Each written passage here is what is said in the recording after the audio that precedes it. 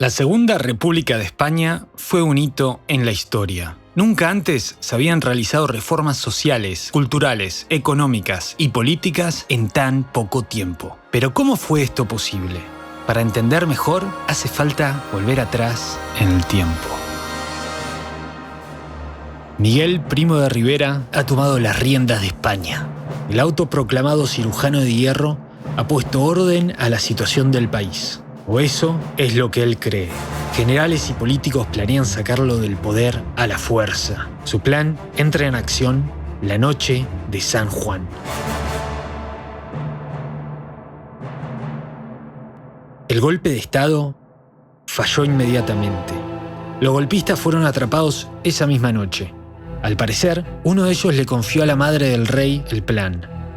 Ella se lo contó a su hijo y su hijo pasó la información a Primo de Rivera. El dictador, furioso, impuso pesadas multas a los complotados y solo unos pocos terminaron en prisión.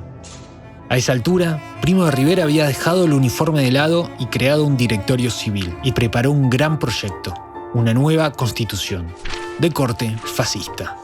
Se creó una Asamblea Nacional Consultiva para preparar y presentar una legislación completa en 3 años. Una vez creada la nueva Constitución, el poder de Primo de Rivera sería absoluto. Para entonces, la UGT, liderada por Largo Caballero, se había unido al proyecto de la dictadura y había aprovechado para extender su influencia en las industrias urbanas y, por primera vez, en los campos, logrando pequeñas mejoras en las condiciones de los trabajadores. Los líderes empresariales habían comprendido que Primo de Rivera no era uno de ellos. Además, Primo de Rivera traicionó a sus aliados catalanes, a quienes había prometido más independencia, y disolvió la Mancomunitat de Cataluña. Incluso el rey tenía sus dudas sobre el dictador, y ahora no era más que un adorno.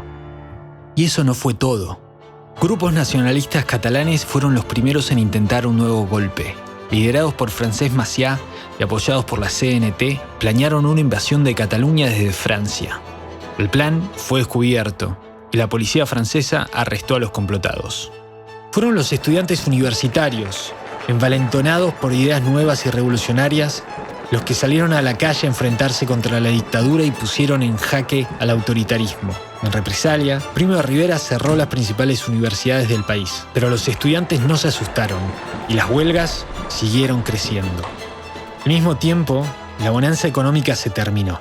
Con el crack de la bolsa estadounidense, la peseta se devaluó y la economía española cayó en picada. Y el gran proyecto de constitución de Primo de Rivera se estancó sin apoyo político. El dictador, enfermo de diabetes, vio cómo sus aliados se fueron alejando de él. El 22 de enero de 1930, una gran huelga de estudiantes y obreros sacudió al país.